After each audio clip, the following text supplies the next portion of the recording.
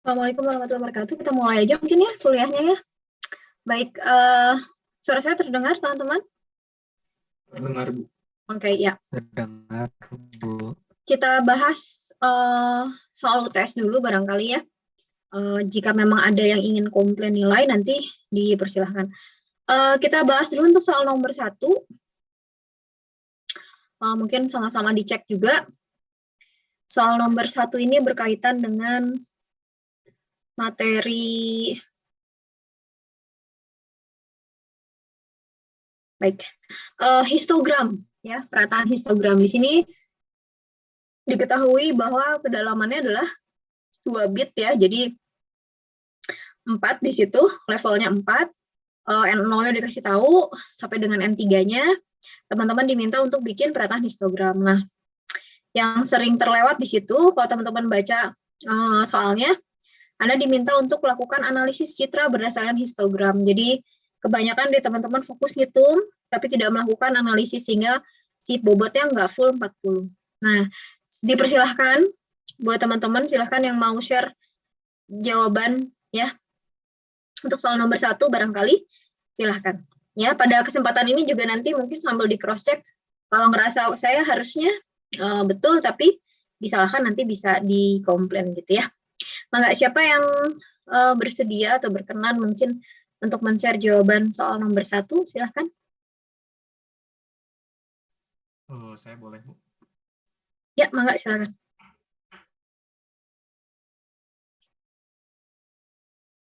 Baik, apakah sudah terlihat share screen? Sudah. Baik, sebelumnya selamat pagi teman-teman. Assalamualaikum warahmatullahi wabarakatuh. Waalaikumsalam. Perkenalkan, nama saya Muhammad Zaki Abdurrahman, NRP 15 2078. Di sini saya izin menyampaikan UTS PCD nomor 1 yang kemarin. Diketahui dari soal kan saya langsung nulis ininya aja, citranya berukuran 16 kali 16, jumlah pikselnya berarti 256. Itu hasil dari 16 kali 16 itu sendiri. Terus derajat keabuannya itu 4, berarti ada dari 0 sampai 3.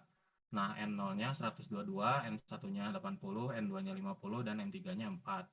Berarti kita tulisan dulu ya, karena tadi kan derajat keabuannya tuh 4 dari atau 0 dari 3, berarti K-nya tuh 0, 1, 2, 3. Nah, RK-nya itu karena 3 ya, berarti mulai dari 0 per 3, 1 per 3, 2 per 3, 3 per 3. Nah, ini saya ngambil 2 angka di belakang koma. Jadi yang pertama ya tentu ya 0,0, 0,33, yang selanjutnya 0,67, 3,3 itu 1. Nah, tadi NK-nya udah ya, N0, N1, N2, N3. Itu sesuai 122, 80, 54. Nah, PRRK-nya tuh kan ada NK dibagi N. N-nya tuh tadi ya yang ini jumlah pikselnya gitu, N besar. Jadi 122 dibagi 256 itu 0,48, 80 dibagi 256 kan 0,31. Ini 550 dibagi 256, 0,11, 4 dibagi 266 sama dengan 0,01. Nah, terus sebelumnya itu, sebelum perhitungan kita tuliskan dulu ya histogram sebelum perataan. Nah, ini ya yang sumbu Y ini jadi PRRK, sumbu X ini jadi RK. Tadi RK-nya ada ya 0, per 3 tuh ya 0 gitu ya.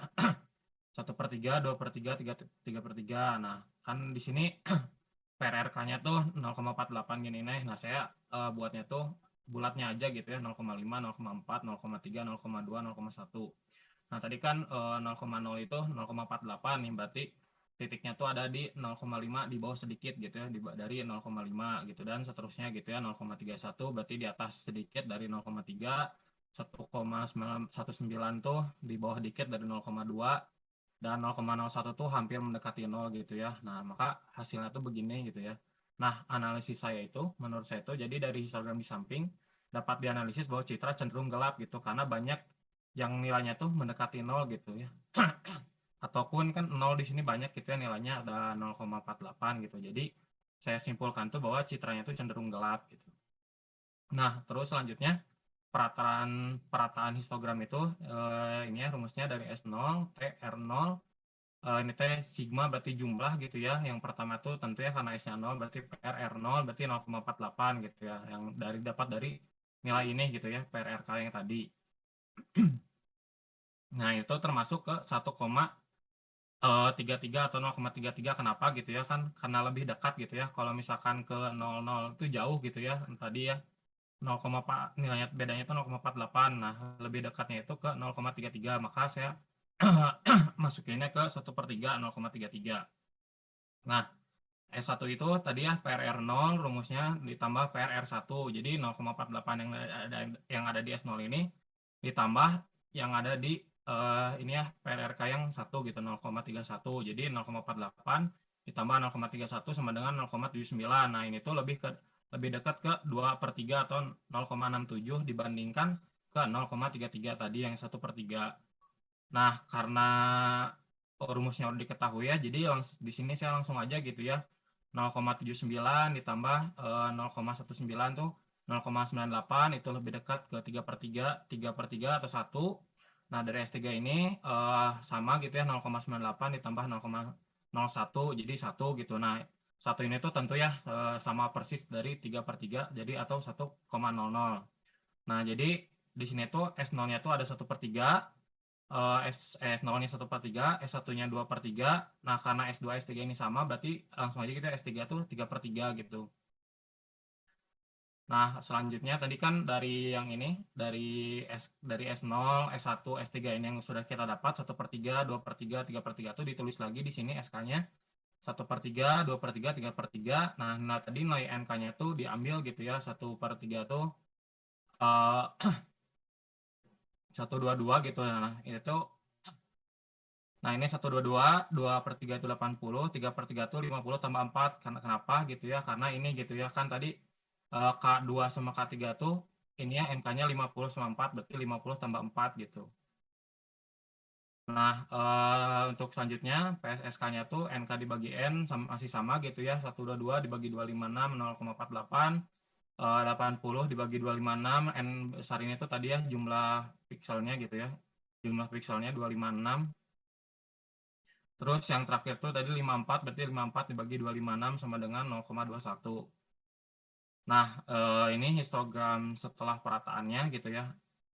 Nah, jadi 1/3 itu tadi nilainya 0,48 gitu ya. Jadi di sini 0,48. Terus 2/3 tadi itu 0,31, berarti di atasnya 0,3 gitu. Terus yang terakhir 3/3 itu 0,2, berarti di atasnya 0,2.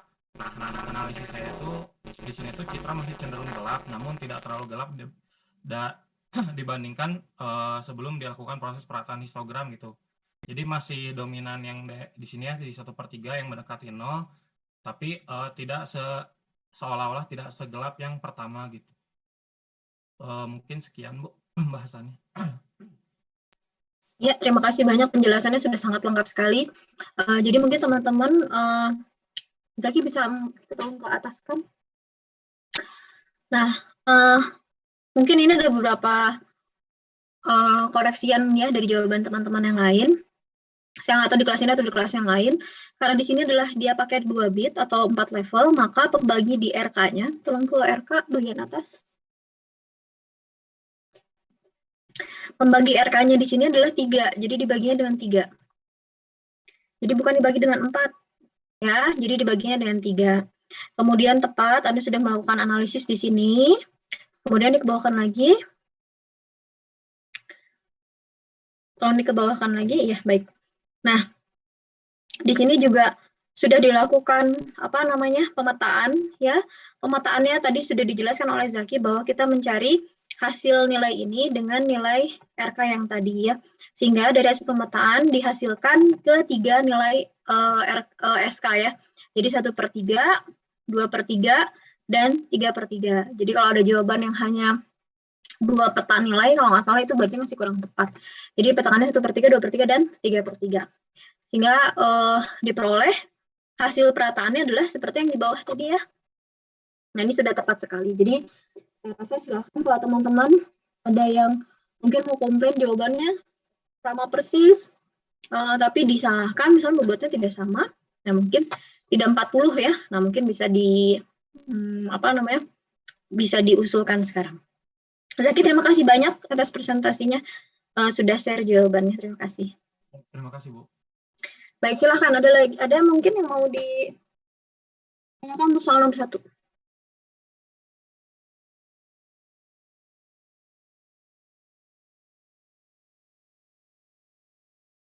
Kalau nggak ada, kita lanjut soal nomor 2. Silahkan untuk soal nomor 2, ada yang bersedia? Saya boleh, Bu? Ya, silahkan. Izin share-share-nya, Bu.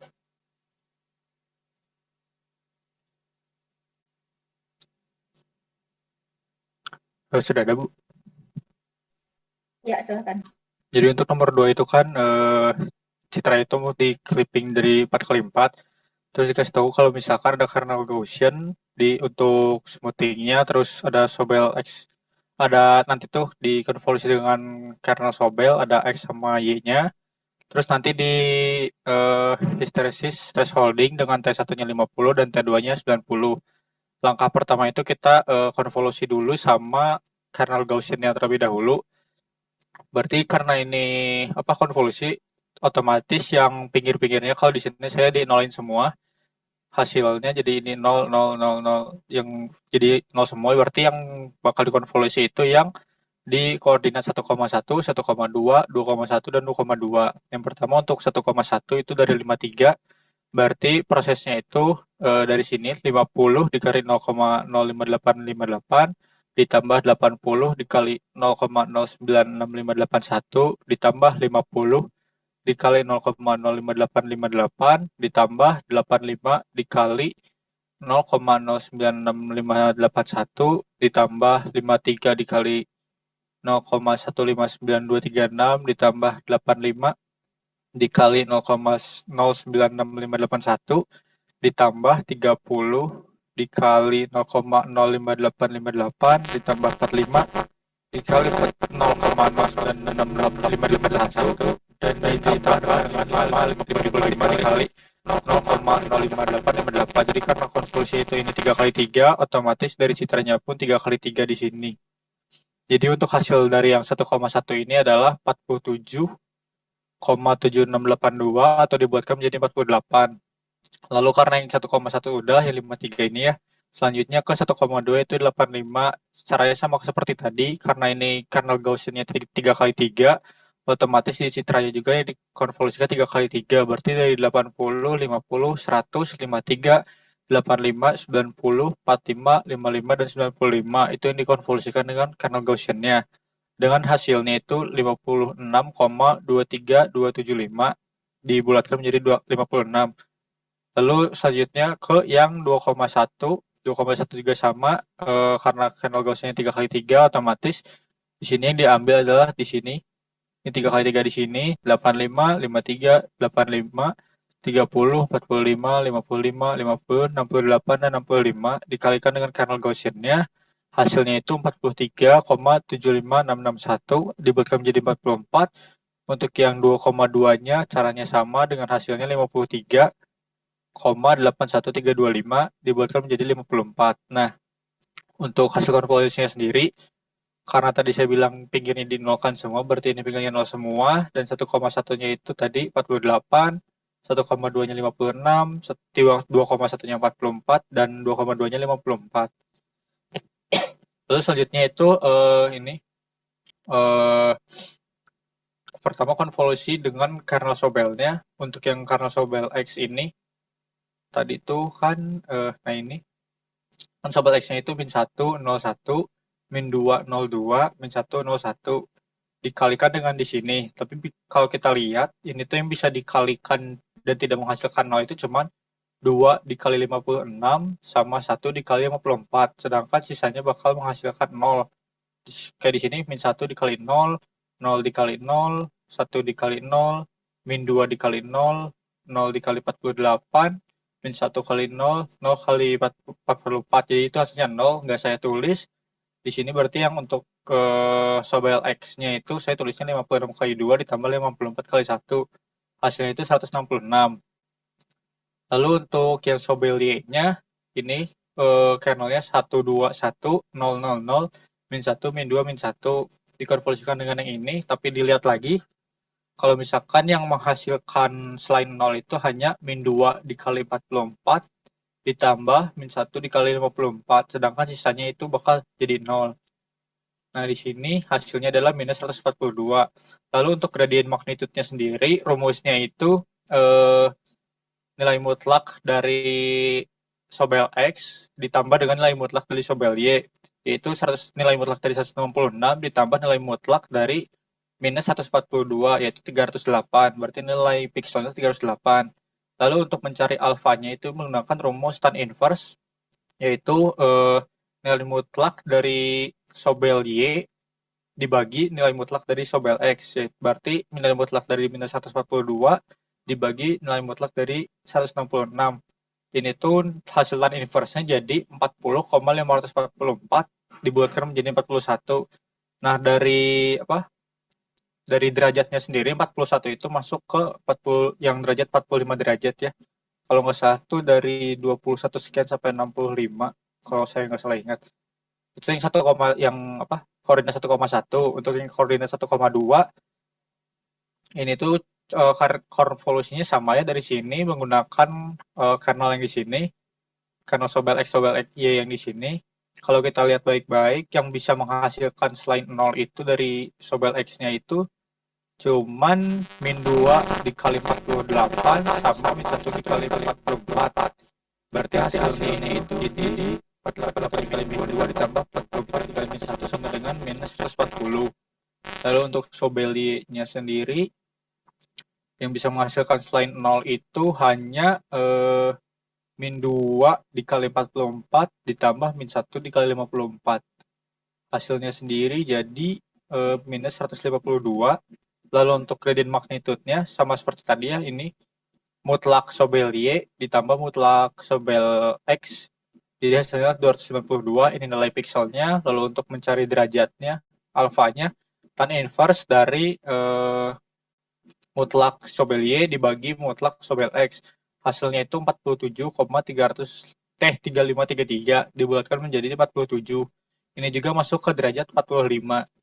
Lalu untuk yang koordinat 2,1, hasil dari Sobel X-nya itu 164, Sobel Y-nya 152. Dicari gradient magnitude-nya jadi 316, lalu untuk alpha tan inverse-nya jadi 42,82526 dibulatkan menjadi 43. Ini juga masuk ke 45 derajat berarti. Untuk yang koordinat 2,2, Sobel X-nya itu minus 136, Sobel Y-nya 160. Kalau misalkan dijumlahkan, dicari gradient magnitude-nya, berarti jadi 296. Sedangkan untuk alpha tan inverse-nya itu jadi 49,63546. Dibuatkan menjadi 50, ini juga masuk ke 45 derajat. Nah, setelah tadi dapat dari yang gradient magnitude-nya kan ini kan nilai pikselnya kita masukin ke sini, berarti jadi 000 0 308 292 0 0 31 316 296 0 0 0 0. Nah, karena ini citranya 8 bit, kita clipping ke maksimalnya itu kan 0 sampai 255, berarti karena di atas 255 semua, setelah di clipping jadi ini 255 semua. Lalu untuk non maksimum filtering, karena tadi di sini udah dikasih tahu ya 45 derajat semua, ternyata dari 1,1 sampai 2,2, berarti kita bandingin yang ini, yang 1,1 dulu karena 45 derajat, berarti dibandingin sama 2,0 dan 1,1. Nah, 0 sama 255 itu kan gedean 255, dan 0 di sini sama 255 gedean 255, berarti ini tuh bakal tetap nilainya 255. Lalu untuk yang koordinat 1,2 dia dibandingin sama koordinat 2,1 sama 1,3. Setelah dibandingin ternyata 255 di sini kurang dari sama dengan 255 yang kita cari sekarang, dan lebih besar dari sama dengan 0 yang di sini. Otomatis dia nilainya bakal tetap. Itu juga berlaku sama 2,1 2,2. Ini 2,1 dia lebih besar sama dengan 0 yang di sini, dan lebih besar sama dengan yang di sini. Terus untuk yang 2,2 dia dibandingin sama yang 3,1 sama 1,3. Dia juga hasilnya lebih besar sama dengan dari keduanya, berarti nilainya jadi tetap. Berarti hasil dari non maksimum filteringnya itu tetap sama kayak sebelumnya, jadi 0 0 0 0 0 255 255 0 0 255 255 0 0 0 0 0. Nah, selanjutnya kita masuk ke hysteresis thresholding. Karena di sini nilainya 255 semua, berarti saya langsung ngebandingin sekaligus aja ya. Karena ini T1-nya itu 50 dan T2-nya 90, setelah kita bandingin sama nilai pixelnya, ternyata nilai pixel dari 1,1, 1,2, 2,1, dan 2,2 ini lebih besar dari T1 dan T2. Otomatis ini masuk ke topik kuat. Karena ini thresholding, berarti hasilnya ini jadi di nilai biner ya. Hasil itu jadi 0, 0, 0, 0, 0, 1, 1, 0, 0, 1, 1, 1, 0, 0, 0, 0, 0. Sekian, Bu. Ya, baik. Terima kasih banyak, penjelasannya sudah sangat jelas. Nah, ini mungkin teman-teman, kalau kita lihat tadi dari jawaban yang sudah dijelaskan oleh Mario, sebenarnya soal nomor 2 ini soal bonus, karena saya nggak ngelihat kepresisian dari nilai yang teman-teman berikan. Jadi saya menilai tahap prosesnya sudah sesuai, ya, maka itu sudah diberikan poin oleh saya. Jadi karena memang ada beberapa, kalau di sini yang dibikin sama Mario, tolong tarik ke atas ke proses yang setelah Gaussian. Nah, oke. Ini kan area bordernya dibikin 0 ya, area bordernya. Nah, ada juga mungkin teman-teman, ini ya, yang border ini kan di 0 kan ya. Nah, tapi ada juga mungkin yang dikerjakan, yang mengerjakan di mana si area bordernya itu adalah menyalin pixel dari citra semula. Pasti akan berbeda hasilnya, ya, karena begitu dikonvolusikan kan berarti ada pengalinya, ya, nggak hanya 0. Nah, sehingga saya nggak terlalu melihat kepresisian kunci jawaban yang saya bikin dengan yang teman-teman buat. Jadi untuk soal nomor 2 ini, Anda sudah tepat mengerjakan proses konvolusi di Gaussiannya sudah betul, kemudian masuk nanti ke hasil yang si Sobelnya, ya, Anda dapat nilai si tepinya, ya, kemudian ke bawah lagi, punten setelah finding gradient, teman-teman.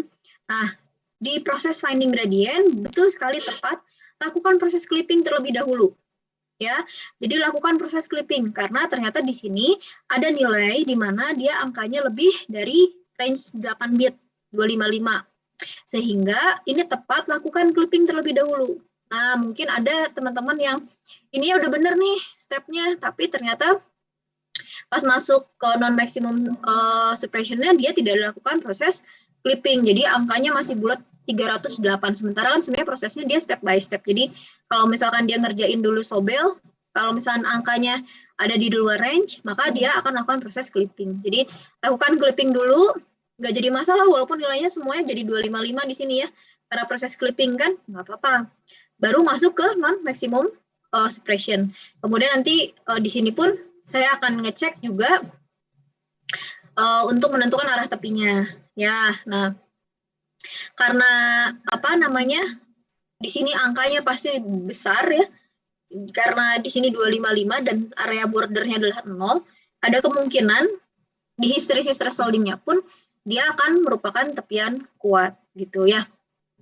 Jadi kalau misalkan, wah kalau di saya jawabannya berbeda gitu, tapi dibetulkan, ya tadi saya sampaikan, ada kemungkinan perbedaan dari proses awal. Jadi tadi yang saya bilang, mungkin di stepnya hasil dari Gaussian, bordernya nggak Anda nolkan, tapi Anda salin dari pixel sebelumnya, misalnya gitu ya.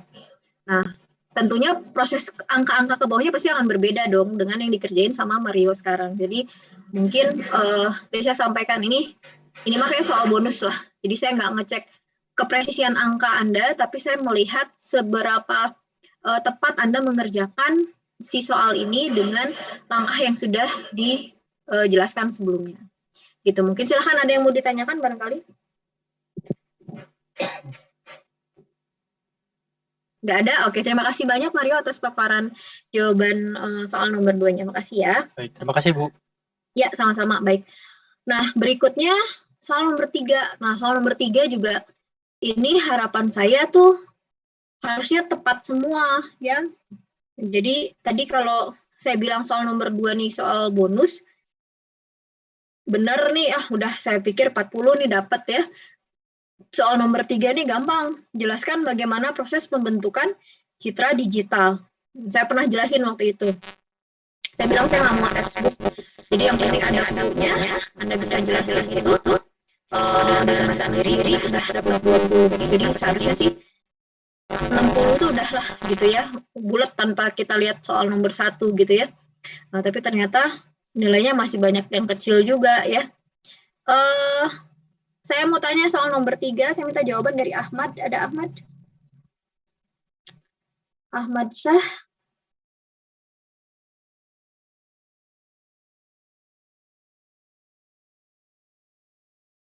Ahmad, nggak ada. Fajri Somantri.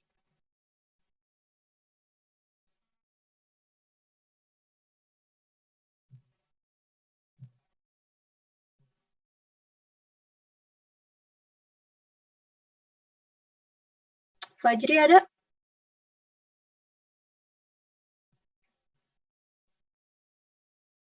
Fajri Somantri, ada nggak?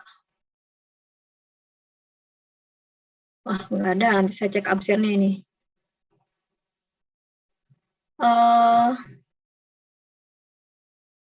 Taufan Hafiz.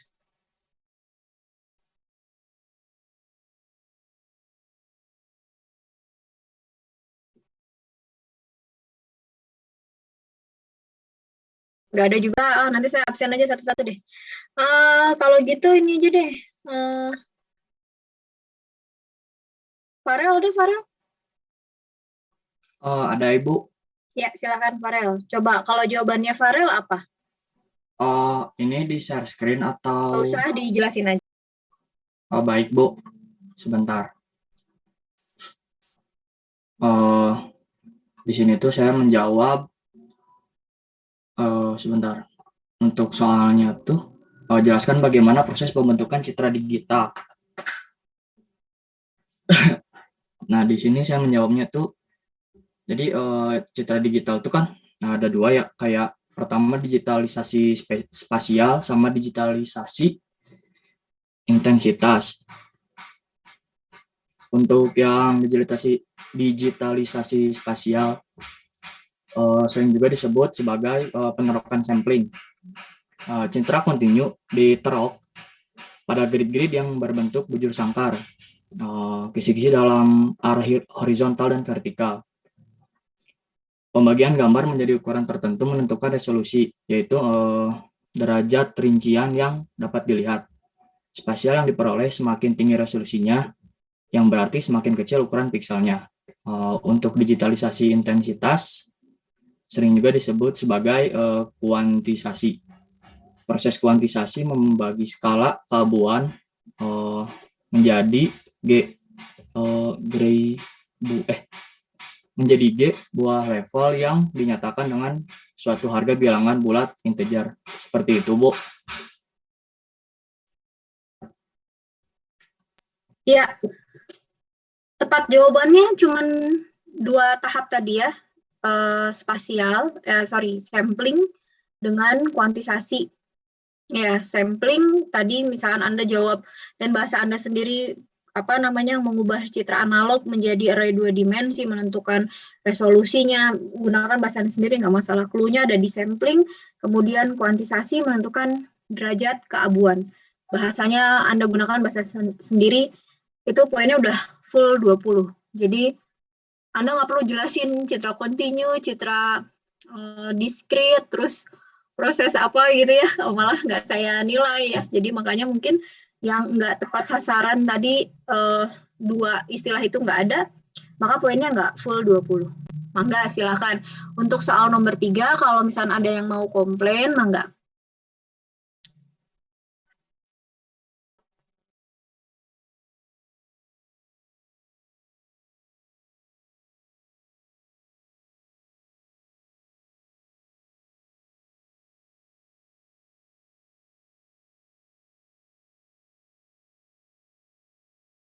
Ada? Mungkin tidak ada, Bu. Nggak ada ya?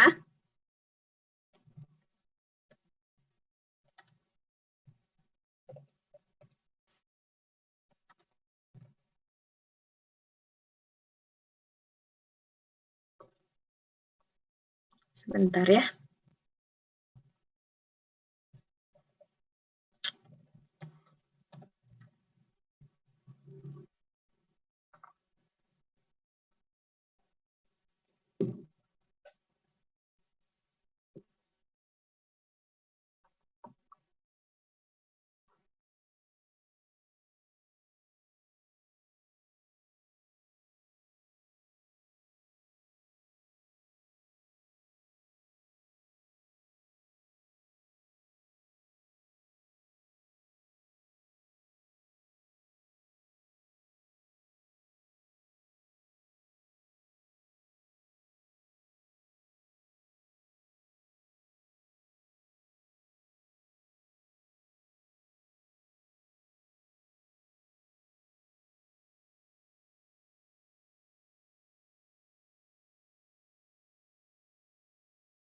Oke, kalau nggak ada berarti nggak perlu ada revisian nilai lah ya.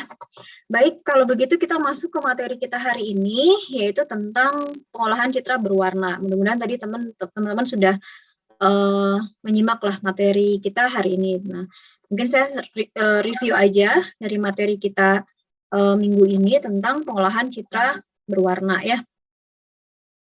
Baik, nah sebetulnya mungkin nggak terlalu banyak yang kita review di sini. Pada intinya sih, sebentar. Pada intinya, teman-teman mungkin sudah familiar sekali dengan RGB gitu ya, citra RGB, red, green, and blue gitu. Kemudian warna-warna yang diterima oleh mata manusia ini merupakan hasil kombinasi dari panjang gelombang cahaya ya.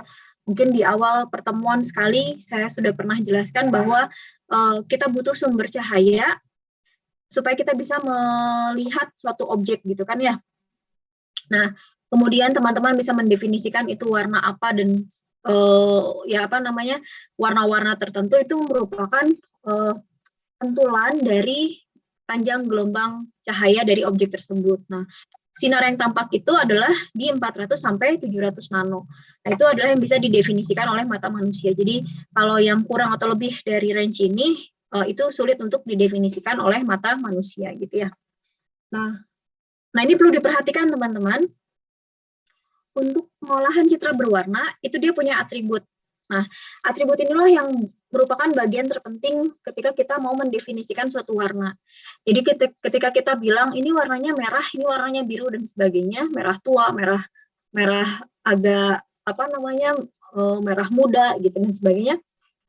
Sebetulnya itu agak abstrak ya. Nah, sehingga kita mengenal yang namanya atribut warna. Jadi setiap warna itu dia punya 3 atribut warna, yaitu intensity, hue, dan saturation. Nah, intensity ini berkaitan dengan cahaya. Jadi seberapa gelap, seberapa terang si warna tersebut. Jadi ada pengaruh cahaya di situ. Kemudian ada hue. Hue itu adalah warna yang sebenarnya. Ya, jadi kalau misalnya warna merah, seberapa pekat sih si merahnya? Kalau hijau, seberapa pekat si warna hijau tersebut? Itu hue. Kemudian kalau saturation itu adalah tingkat kemurnian dari cahaya tersebut. Nah, di saturation ini adalah berkaitan dengan seberapa banyak warna putih yang digunakan dalam warna jenuh tersebut, gitu. Dalam warna pure color-nya. Nah, contohnya warna merah itu berarti 100%, yang warna hijau satu color. Nah, kalau pink, ya biru muda, gitu ya, hijau muda, itu berarti ada pengaruh warna putih di situ.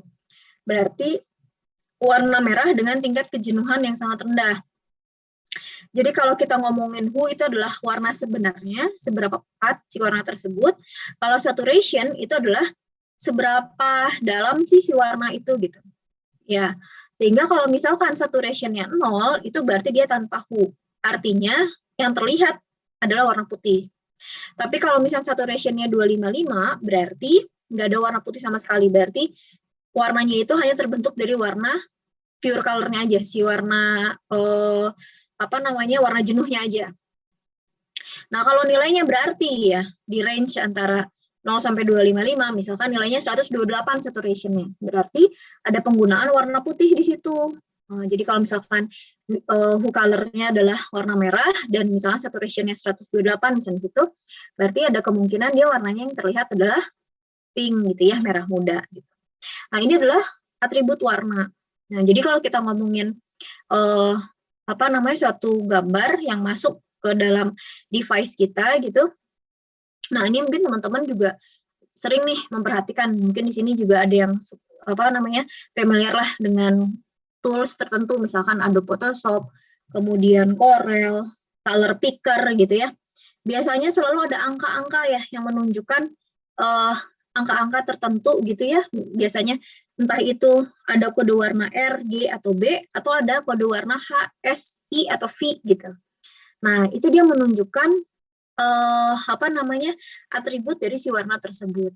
Nah, mungkin teman-teman yang senang desain pasti tahu banget, hafal banget gitu. Ketika kita mau bilang kita pakai warnanya warna merah gitu, kan terlalu abstrak ya. Merahnya saya dengan merahnya Anda mungkin definisinya agak berbeda, sehingga biasanya kita pakai kode warna itu gitu ya. Warna merahnya yang H-nya sekian, S-nya sekian, V-nya sekian misalkan gitu ya. Nah, itu akan lebih presisi untuk mendapatkan warna dari satu warna tertentu. Nah, ini seperti yang teman-teman ketahui, channel warna ini, color space warna ini paling terkenal banget pasti ya RGB gitu ya. Jadi defaultnya komputer kita atau alat elektronik kita nih pasti yang dia baca adalah RGB. Sekalinya pun saya pernah bilang, misalkan saya punya citra warnanya udah black and white misalkan ya, warnanya udah hitam putih, misalnya saya punya foto udah hitam putih atau fotonya keabuan. Nah, begitu saya masukkan ke dalam komputer, itu bukan berarti si pixelnya itu bukan berarti pixelnya jadi black and white juga ya. Jadi misalnya saya punya gambar gitu, saya punya foto misalkan lah ya, ini udah hitam putih misalkan. Nah, begitu saya masukkan ke komputer, satu pixel ini bukan berarti nilainya 1, 0. Atau misalkan saya punya citranya grayscale, bukan berarti satu pixel ini dia cuma punya satu kanal warna. Enggak.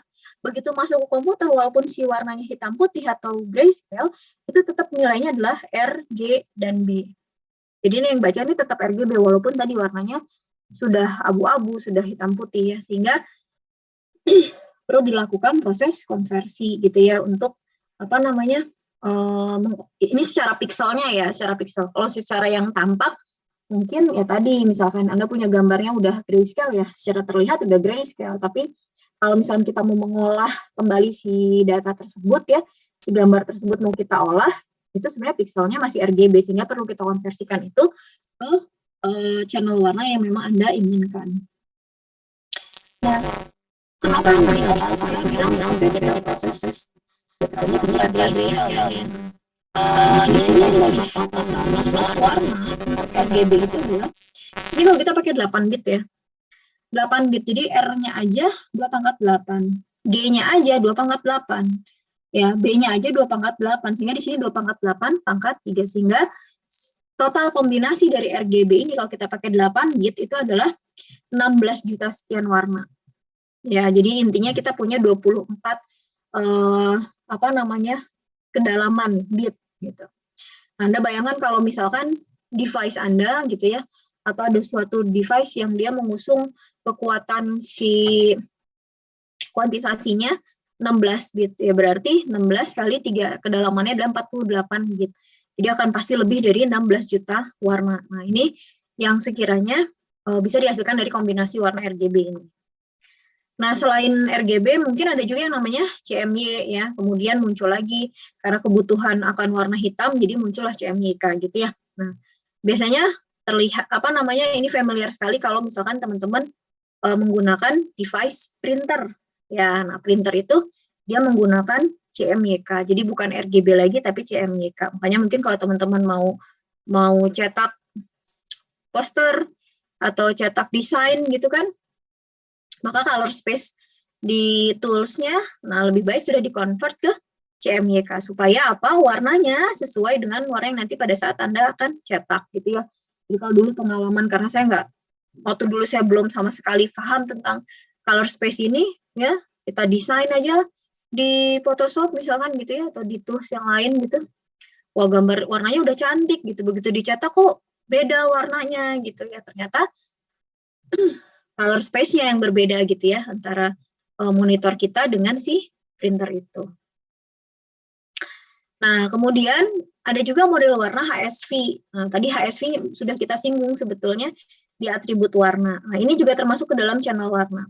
Nah, kalau kita ngomongin RGB, CMY, CMYK, itu adalah implementasinya di hardware. Biasanya tidak untuk persepsi manusia. Nah, kalau untuk manusia sendiri gitu ya, kita biasanya melihat dari si atributnya itu tadi, dada hue, saturation, dan brightness, atau intensity, atau value ya. Makanya suka dibilang HSV, HSI gitu ya. HSL itu mungkin sama istilahnya. Nah, di sini teman-teman bisa menggunakan rumus konversi ini.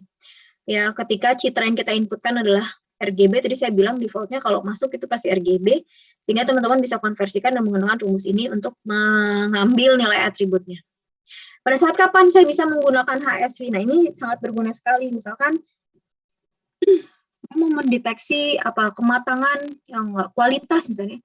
Kualitas beras misalnya gitu kan ya, dari warna kulitnya misalkan. Nah, itu kan susah ya mendefinisikan warna beras yang bagus itu warna putih, susah kita definisikan. Warna putih itu tuh yang kayak gimana sih? Putih yang kayak gimana sih yang dimaksud dengan bagus? Nggak bisa, kita susah mendefinisikan karena kalau kita ada di bidang sains itu, semua harus sifatnya kuantitatif, harus terukur, ada angkanya. Ketika kita bilang putih gitu ya, bagus putihnya putih bersih, itu kualitatif, susah sekali mengukurnya. Nah, sehingga kita harus mengeluarkan angka. Warna putih, putihnya seperti apa? Hu-nya sekian gitu ya. Saturation-nya sekian, intensity-nya sekian. Nah, sehingga jelas, oh iya, jadi si beras itu putihnya itu ketika si warna jenuhnya itu misalnya kita boleh pakai range di situ ya. Range Hu-nya sekian sampai sekian, saturation-nya sekian sampai sekian, dan intensity-nya sekian sampai sekian, gitu ya. Nah, jadi untuk biasanya si HS ini bisa kita gunakan ketika kita mau mendeteksi suatu objek berdasarkan dengan warna. Jadi kita di sini kematangan buah apa misalnya buah apel misalnya gitu ya. Buah apel dari warna kulitnya misalnya gitu kan, susah tuh kita definisin yang pokoknya yang warna merah gitu. Oh, merahnya yang kayak gimana kan, nah, susah juga ya. Bisa nggak kita ngambil dari RGB? Susah juga. RGB itu kan berarti gabungan dari red, green, dan blue kan, itu susah mendefinisikan. Maka kita balik lagi ke atribut warnanya, yang kita ambil adalah Hu-nya, saturation-nya, dan intensity-nya atau brightness-nya. Nah, itu baru kita bisa mendefinisikan, mendeskripsikan suatu warna itu dari atribut tersebut. Nah, ini bisa Anda gunakan untuk mengkonversikan si RGB tadi ke HSV. Model warna lain ada YUV ya. Nah, ini proses konversinya. Kemudian ada lagi juga YCBCR.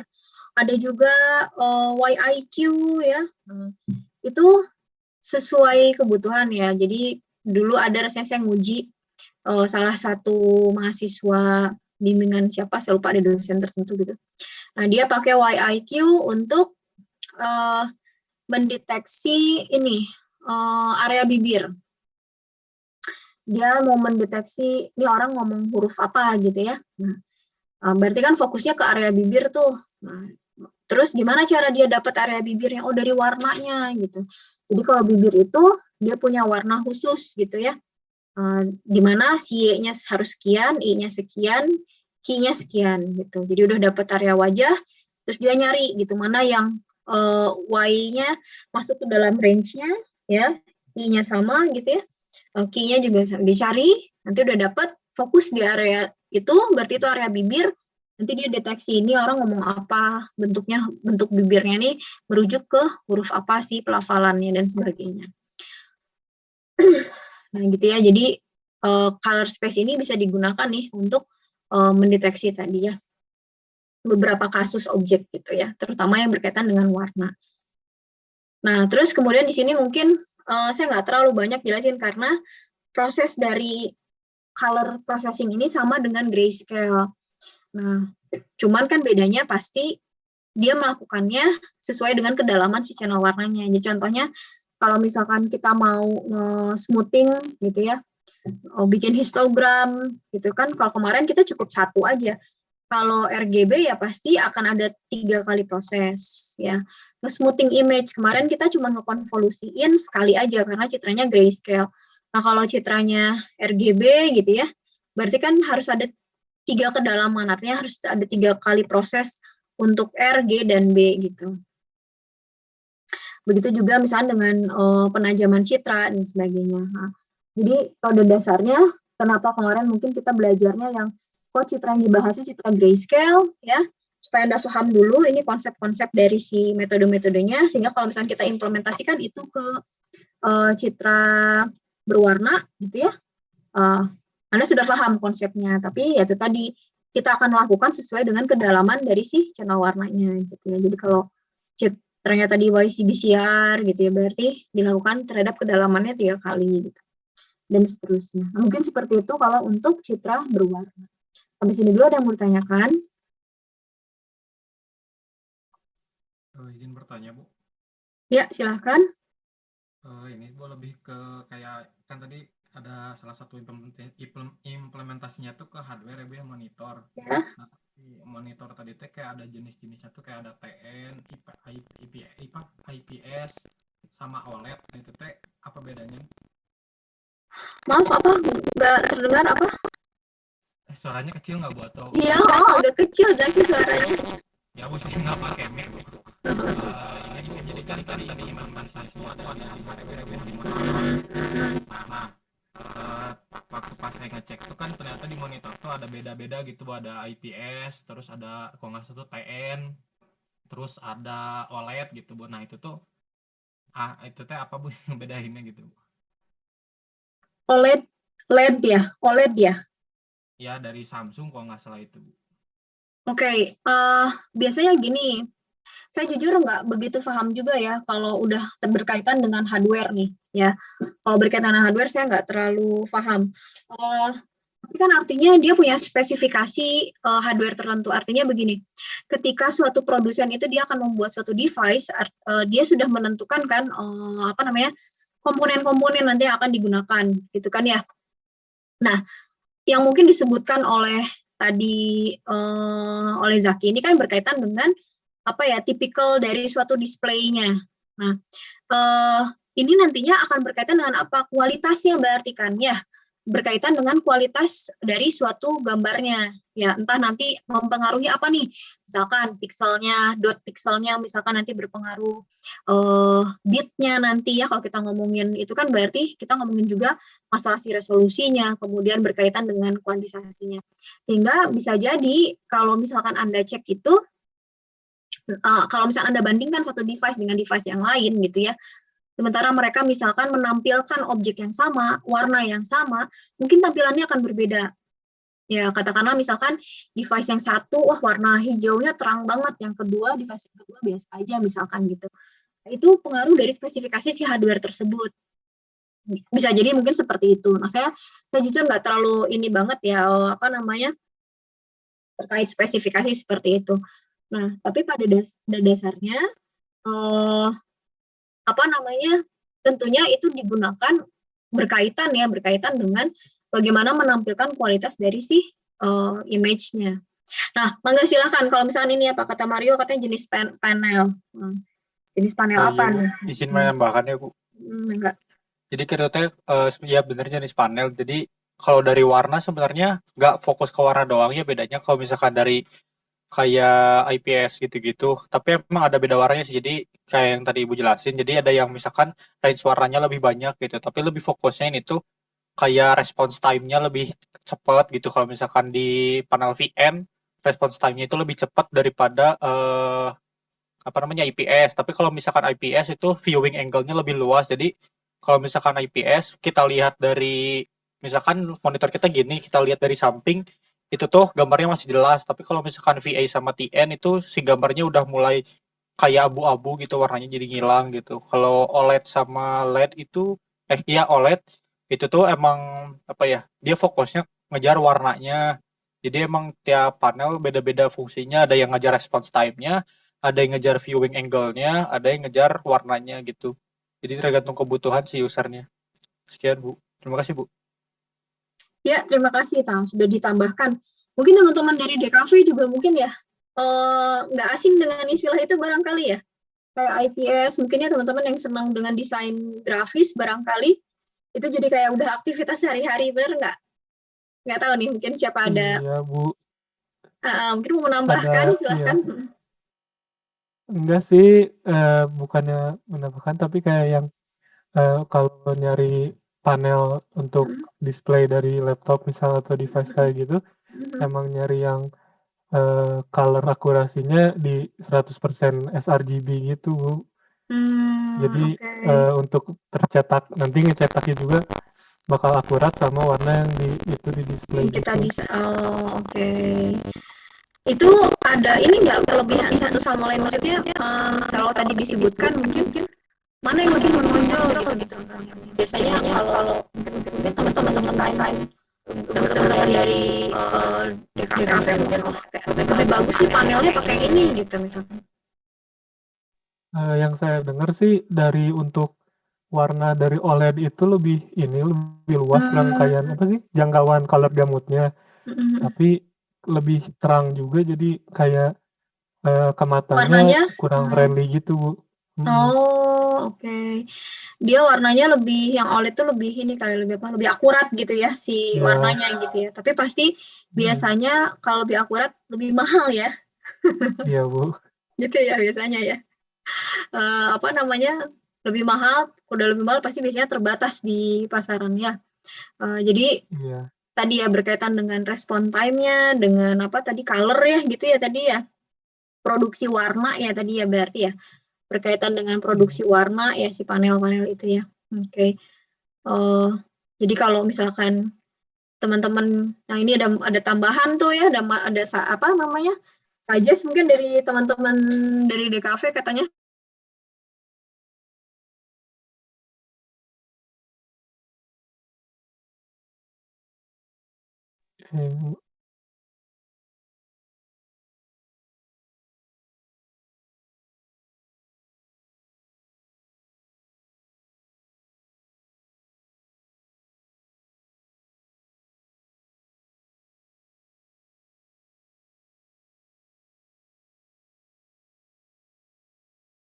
Ya, tambahan tuh tadi masukan dari teman-teman DKV tadi dan Mario tadi ya.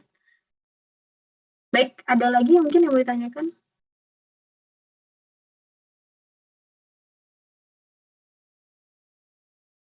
Ada yang mau bertanya barangkali silakan. Ada?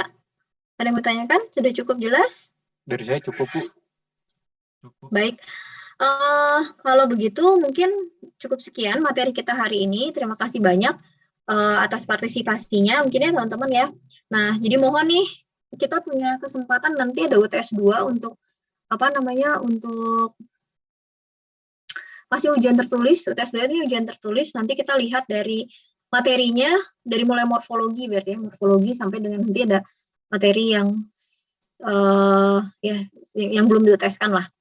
Nanti kalau UAS nanti kita mungkin presentasi project gitu ya. Jadi UTS 2 ya nanti kita mudah-mudahan ini menambah nilai lah ya. Jadi menambah komponen penilaian juga nantinya. Nah, mungkin itu saja. Saya tutup kelas kita hari ini. Terima kasih banyak atas partisipasinya. Saya tutup. Wassalamualaikum warahmatullahi wabarakatuh. Terima kasih ya. Saya tutup. Waalaikumsalam warahmatullahi wabarakatuh. Terima kasih, Bu. Terima kasih, Bu. Sama-sama.